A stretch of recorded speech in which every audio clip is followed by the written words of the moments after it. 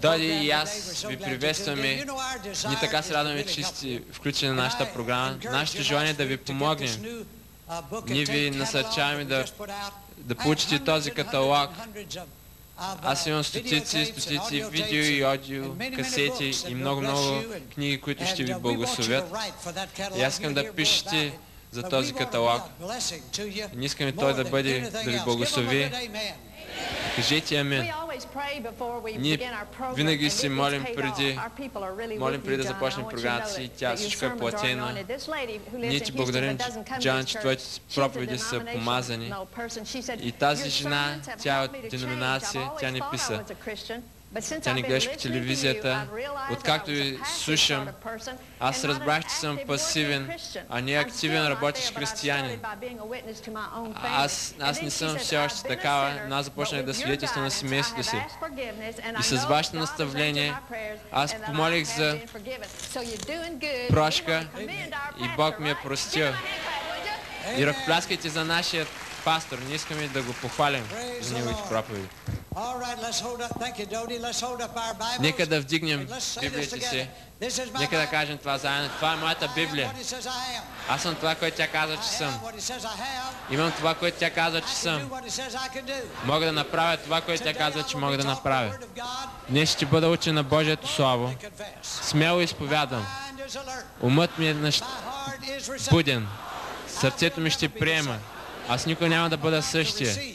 Аз ще получа непоквареното, неразрушимото, вечно живото Слово на Божието семе на Божието Слово. Аз никога няма да бъда същия. Никога. Аз никога няма да бъда същия в името на Исус. Амин. Може да седнете. Отворете Библията си, Матея, глава 7. Исус каза, след като Той проповядва службата от планината, и така, който чуе тези мои думи и ги изпълнява, аз ще го прилича на разумен човек, който построи къщата си на канара. И дъждовете заваляха, и реките придойдоха, и ветровете задухаха, и връхлетяха върху тази къща, и тя не падна, защото беше основана на канара. И всеки, който чува тези мои думи и не ги изпълнява, ще се оприличи на неразумен човек, който построи къщата си върху пясък. И дъждът заваля, и реките придойдоха, и ветровете задухаха, и връхлетяха върху тази къща, и тя падна. И голямо беше падението й. Искам да забележите друг стих в Матея 6 глава. Не трупайте богатства на земята, където мол и ръжда ги разяжда. Молете. Но трупайте за себе си богатства на небето, където нито молец, нито ръжда ги разяжда, нито крадец влиза с злом и ги открадва. Защото където са богатствата ви, там ще бъде и сърцата ви. Никой човек не може да служи на двама господари. Той или мрази единия, или обича другия. Вие не можете да служите на Бог и парите. И следователно, аз ви казвам, не мислете какво ще едем, какво ще облечем. Не е ли живота повече от храна и облекла? Защото езичници преследват всички тези неща. Но вашият небесен баща знае, че имате нужда от всички тези неща. Но търсете първо Божието царство и Неговата праведност, и всички тези неща ще ви се прибавят. Кажете амин. Искам да ви припомня, че аз проповядвам върху тази поредица как да оцелеем в житейските бури. Божите принципи за приносен живот. Житейските бури идват в живота на всеки от нас. Всички вие хиляди събрани тук в Лейкуд и всички тези, които ни гледат по телевизията, всички от нас преживяват житейските бури. Дъждовете заваляват, реките прииждат и вятърът напира и те връхлитат връхлитат върху нашия дом, върху нашия живот. Дяволът е навън да ви разруши, да ви смачка. Да смачка жена ви, мъжът ви, децата ви в земята. Да ги накара да вземат наркотици, алкохол, неморален живот. Исус каза, има път и вие може да устоите. И Той казва как може да бъдете силни и да оцелеете в житейските бури. О, аз ви обичам, хора. Благодаря Бога, че Той ми позволи да бъда ваш пастор и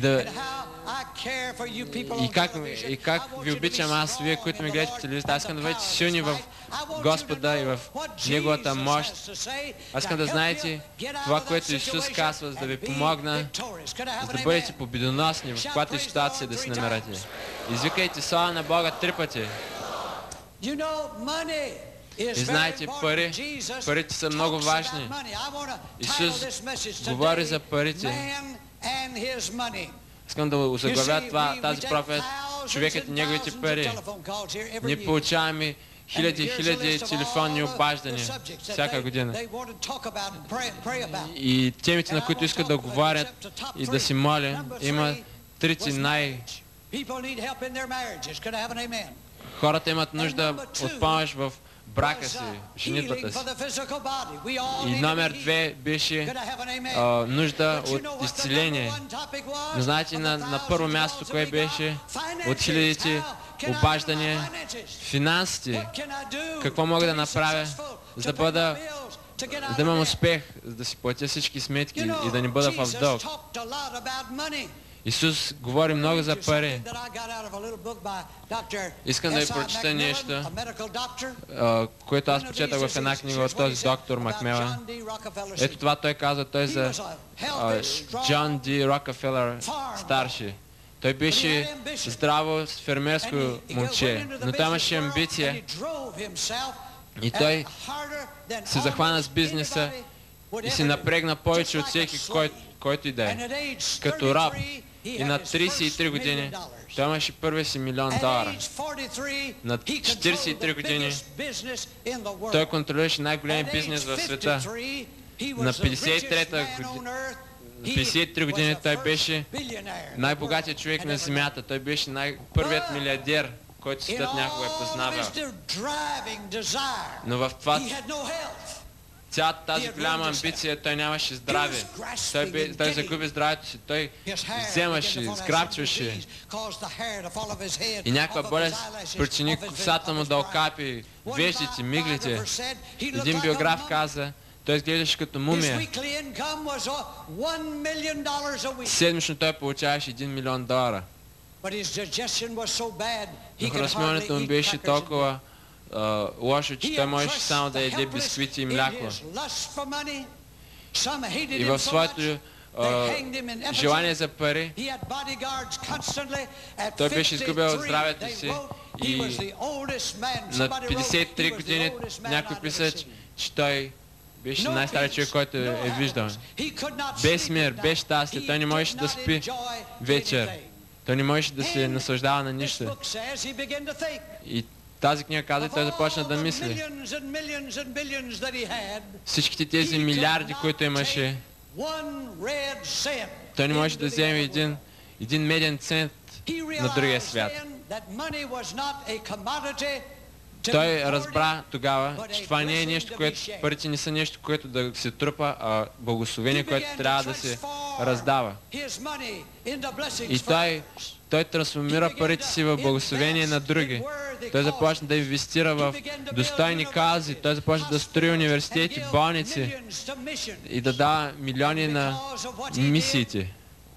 И поради това, което направи това, благодарение на неговите инвестиции, всеки път, когато получавате пеницилин, инжекция пеницилин, може да благодарите на Бога, че Той даде пари на фондацията, която откри пеницилиния. Той отърва света от маларията, от дифтерията, много неща, които помогнаха на хората. И той започна да спи добре. И той започна да яде нормално. Почна да изпитва удоволствие от живота. Бог му помогна да се отървява от горчевината и потоци от живот и обич потекаха в него.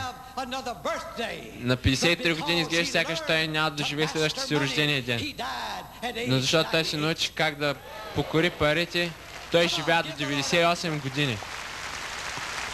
Ръкопляскайте за Бога. Амин. Парите могат да ви покорят, но вие може да направите Исус на Господ на вашия живот и да бъдете господар на парите. Вижте кажете, пастор Остин, ти не говориш на правилните хора, ние нямаме никакви пари. Но аз ще ви кажа, че ви може да обичате пари без да ги имате. Може да...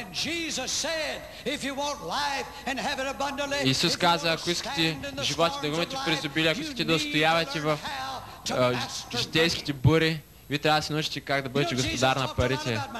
Исус говореше много за парите. За пари Исус беше продаден. За пари Феникс надяваше, че ще му бъде даден, когато не отговаря на Евангелието. И този богат човек, той заради пари се отказа. Това беше тази обич към парите, която го накара да се отиде с натъжено лице. И той можеше да бъде мощен апостол, ако беше последвал Исус. Ние трябва да разберем, че парите ще покорят нас, ако ние не покорим парите. Много, аз чух тази история, как хората хващат маймуни. Те слагат фъстък в този съд с тесен отвор. И тази маймунка идва и тя накрая намира тази дупка и пъха ръката си в съда и изграбча този фъстък. И не може да измъкне ръката си с този фъстък, с свичи мрък. И чува как хората идват. И обаче тя не пуска този фъстък. И защото не пуска този фъстък, тази маймунка е хваната. И знаете, милиони хора казват, аз не искам да давам на Бога, аз не искам да поддържам Божието дело, аз не искам да правя това и това. Знаете, че вие губите щастието срещу фъстъци. Просто държите. И врагът идва и ви сграбчва. Аз ви говоря за мъже и жени и млади хора и техните пари. Исус каза, не се безпокойте за това какво ще ядете, какво ще облечете. Това е нещо, което е близко до нас. Някой път аз излизам тук да проповядвам и аз си мисля какво ще ям за обяд. И аз знам, като ви гледам, че вие вече сте намислили какво ще ядете. Но Исус знае. Езичният свят, те се избиват един друг върху това какво ще ядат, какво ще обличат. Но Исус казва, вашите небесни неща знае, че ви имате нужда от всички тези неща. Търсете първо Божието царство и Неговата праведност. Извикайте тези неща. И тези неща ще ви се прибавят. И това, което казва, не позволявайте на парите и работата ви да контролират живота ви, да ви извадят от хубавата църква и добрия дом. Защото вие няма да вземете нито един меден цент с вас. Ще иска да бъдете господар на парите. Той каза, не трупайте богатства за себе си на земята. Той каза, за себе си. Аз и моето семейство, никой повече. Нека света да отиде до ада. Нека църквата да гладува, да умре от глад. Аз искам да забравя. Мен и моето семейство. Исус каза, за себе си. Но трупайте богатство за себе си на небето. Чудното нещо е, че вие можете да го изпратите там предварително, въпреки че не можете да го вземете със себе си. Аз си мислех за тази църква. Аз си мислех тази сутрин за Били Грам. Мислите за хората, които дадаха за служението, пари за служението. който спечели Били Грам за Господа.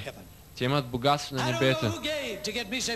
Аз не знам кой даде за да бъда аз спасен. Аз се сравнявам с Били Грам, но аз ви казвам, че Бог ни благославя тук и благодаря на Бога. И ви казвам, че който даде за да бъда аз спасен, той има богатство на небето. Аз си мисля, вие не знаете хора, които ни гледат по телевизията. Ние имаме тази програма, всеки дава $50 за мисионер в Азия. И аз си мисля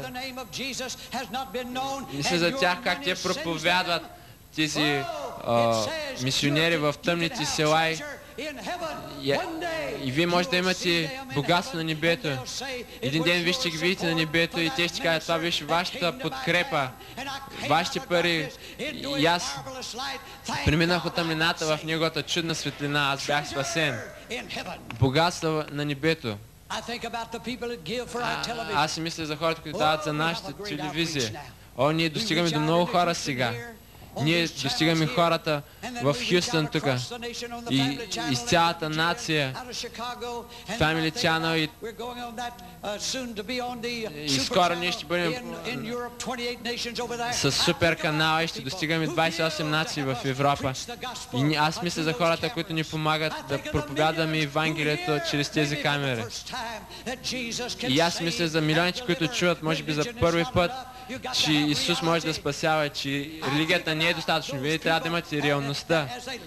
Аз мисля за тези хора, които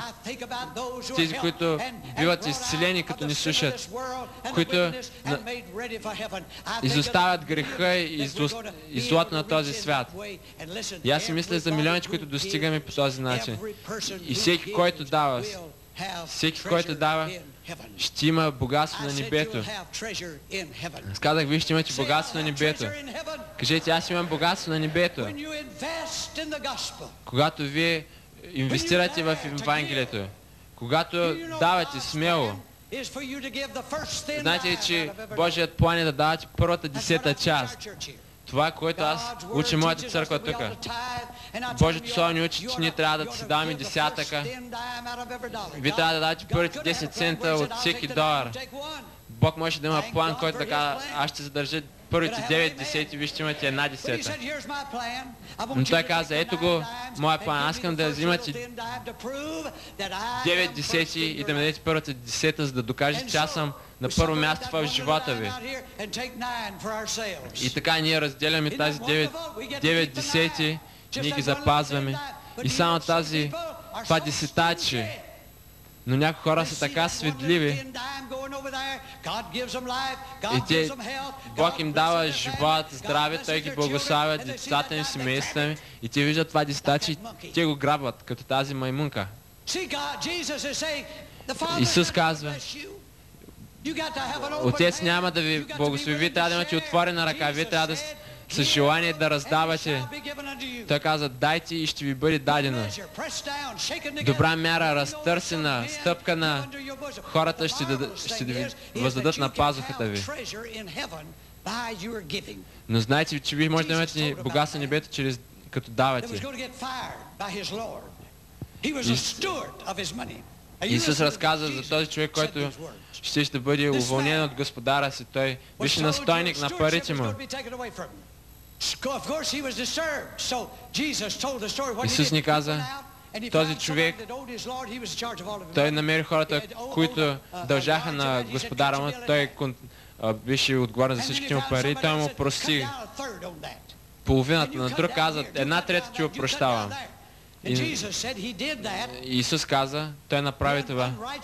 Този грешник, за да има приятели, след като загуби работата си. Исус каза, не е ли срамно това, че хората в света използват парите, за да се създадат приятели. Децата на Божието царство са толкова невежи. И той каза, използвайте парите. Накарайте парите си да правят нещо за хората.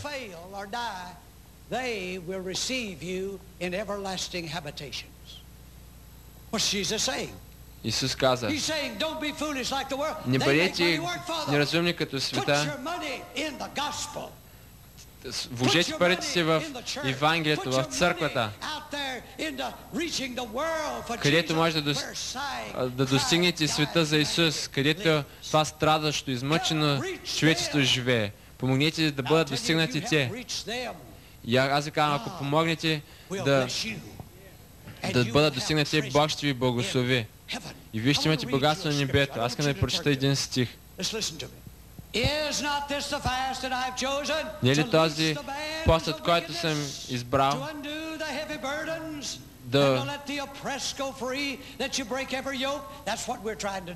това, което ние се опитаме да направим, да даваме хляб на гладните,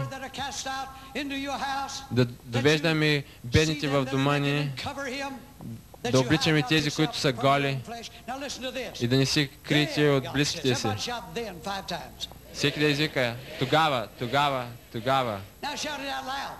Тогава, ако правим тези неща, използваме парите си да правим тези неща, да помагаме на измъченото, страдащо човечеството, умиращо човечество, и тогава твоята светлина ще бликне в сутринта.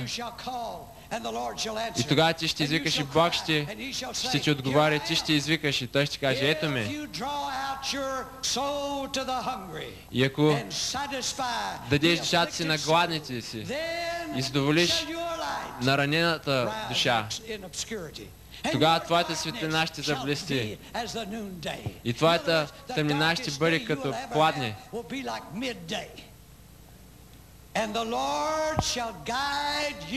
И Господ ще те направлява постоянно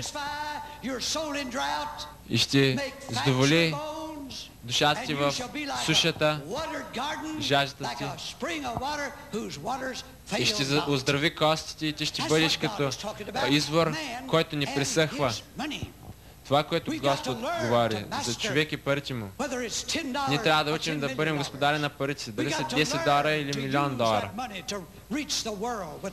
Ние трябва да използваме тези пари, за да достигнем света за Евангелията. Ние трябва да посрещаме живота със свити и мруци. Отворете ръката си, бъдете щедри, споделяйте Евангелието.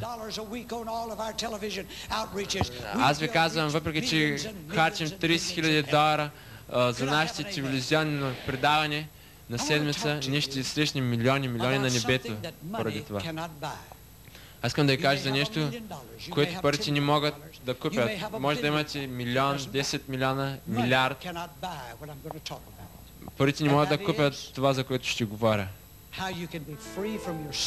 И това как може да бъдеш свободен от греховете си, да бъдеш опростен и чист и да имаш вечен живот, радост и мир, които този свят не може да даде.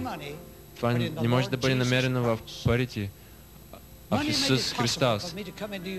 Парите направиха възможно да дойда при вас в дома ви сега, но парите няма да ви дадат вечен живот. Той е само в Исус Христос. Кажете амин. Искам да молите тази молитва. О, Боже, аз искам това, което парите не могат да купят. Аз искам вечен живот. Аз искам да бъда опростен. Аз искам да бъда измет. Боже, ти знаеш как съм живял. Аз обръщам гръб на това. Исус е лафа в живота ми. Бъди мой Господ и мой Спасител. И защото аз вярвам, че ти правиш това. Аз вярвам. Аз ще бъда на небето с Твоите свети. Завинаги, завинаги.